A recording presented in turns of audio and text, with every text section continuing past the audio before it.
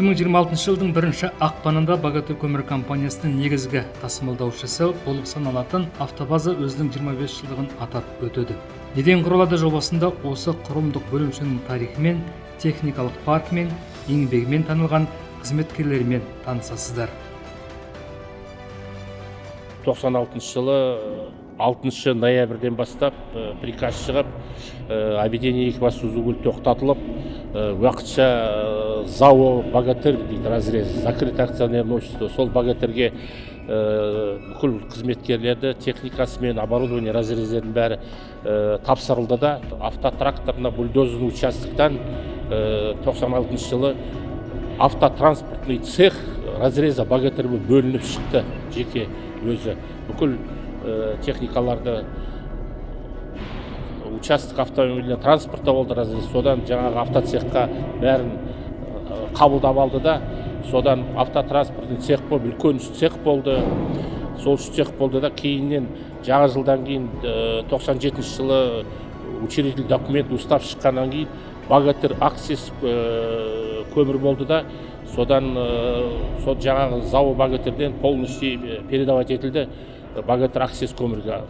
Автотранспортный цех то Богатырь аксис көмір болды. 2001 жылы автобаза болдық. 2001 жылы 1 февральда приказ шықты. Сол жаңағы то Богатырь аксис көмірінен жеке подразделение автобаза бөлініп шықты. Ол кезде автобазаның құрамында жаңағы 3 цех ашылды. Автотранспортный 1-ші, 2-ші, 3-ші қалада разрезде болды. Спецавтоколония болды. Жеңіл машиналарды жеке бөліп шығып, сол автобазаның құрамында болды. Одан участок автомобильный транспорта Богатырьдан әкеп қосы, спецтехника, автокран, автовышка жаңағыдай жүк көтерімді техникалары, жаңа грузовой участок дейді, транспорттар обслуживать ететін бәрі сол автобазаға берілді. Одан Access Industries жаңағы Екібастұз тепловой сет дейді, ТЭЦ дейді, екеуін сатып алды жаңағы бірге. Сол ТЭЦ-те тепловой сетте екеуінде 100-ге тақам 55-45-тен единица транспорт болды. Одан каждый подразделениеде жаңа разрездің өзінде участок автомобильный транспортада 45 единица, завод РГТО-да, БПТУ-да. Общий техниканың саны сол кезде 2000 жылдары 525 единица техника болды. Дулат Сағадатұлы кәсіпорнымызда 40 жыл еңбек етсе, осы жылдары тек автокөлік саласында еңбек етіп келеді. Сол еңбегінің арқасында шахтер даңқы белгісінің толық иегері, көмір өнеркәсібінің құрметті қызметкері атанды. Бүгінгі таңда автобазаны Солохов Максим Николаевич басқаруда. Оның да осы саладағы еңбек тәжірибесі мол.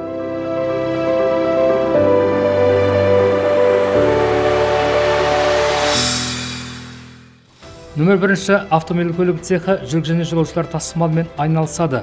Авто отын құйғыштар арқылы тау-кен көліктік жабдықтарды жанар-жағармаймен қамтамасыз етеді. Екінші автокөлік цехы автобустар мен жолаушылар тасымалын жүргізіп, жүк тасымалдайды. Коммуналдық тұрмыстық қызметтер көрсетеді. Соның ішінде жасыл демалыс орталығына қызмет көрсетеді. Үшінші автомобиль көлігі цехы компанияның өндірістік қажеттіліктері үшін жүк және жолаушылар тасымалмен айналысады. Жеңіл автокөлікпен жолаушыларды діттеген жеріне жеткізеді. Автомобиль көлігі учаскесі Богатырь кенішін мамандандырылған көлікпен автокрандар, жару жұмыстарына арналған оқтау машиналары, жарылғыш заттарды тасымалдауға арналған техникамен қамтамасыз етеді. Нөмір 6 автоколона компанияның басшылық құрамын автокөлікпен тасымалдайды. Ал нөмір 1 және 2 жөндеу шеберханалары техниканы ағымдағы жөндеуден өткізеді.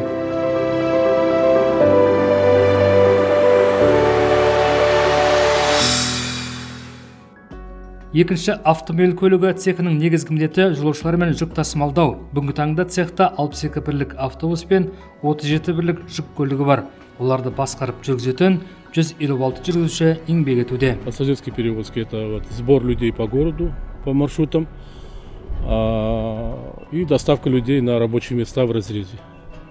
Біздің цехтың негізгі міндеті қала бойынша адамдарды жинап тасымалдау, кеніштерде еңбек ететіндерді жұмыс орындарына жеткізу. Коммерциялық дирекцияның өтімдері бойынша жүк тасымалдаймыз. Құрылымдық бөлімшелерге, учаскелерге, тау-кен көліктік жабдықтарды жөндеу зауытына, Богатырь кенішіне қосалқы бөлшектер жабдықтарды тасымалдап қызмет көрсетеміз.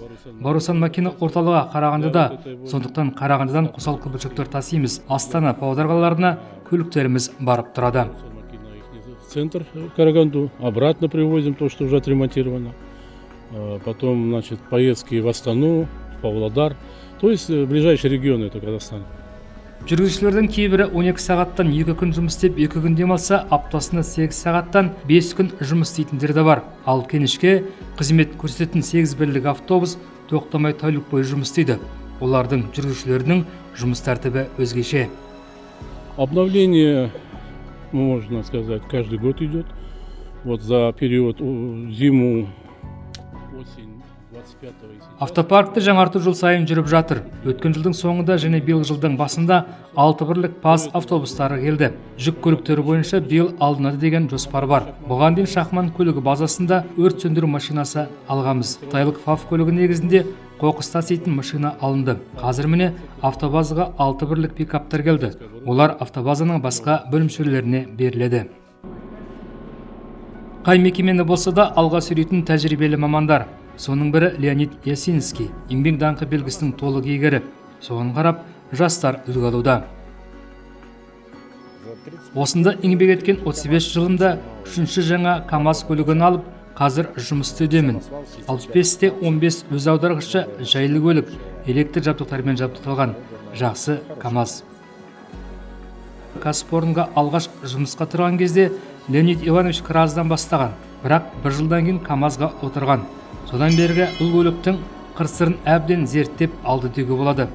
Көліктің сырт келбеті қатты өзгере қоймаса да, қозғалтқышының қуаты, жүк көтергіштігі артқанын айтады Ясинский. Бүгінгі таңда зейнеткерлік жасқа жеткен ол әлі де жұмысын жалғастыра бермекші.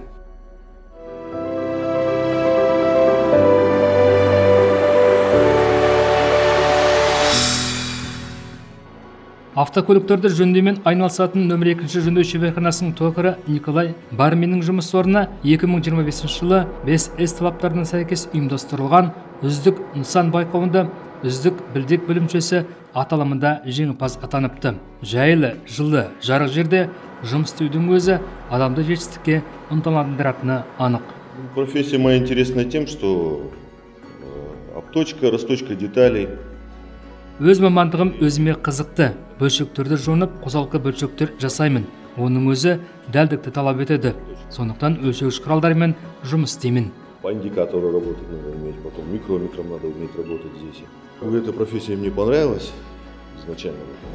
Жөндеу шеберханасында 20-ның үстінде адам еңбек етеді. Ауысымен жұмыс істейтіндер де бар. Олардың міндеті автокөліктерді ағымдық жөндеуден өткізу. 20 жыл бойы токарлық мамандыққа адал болып келе жатқан Николай Бармин осы шеберханада сонымен бірге бригадир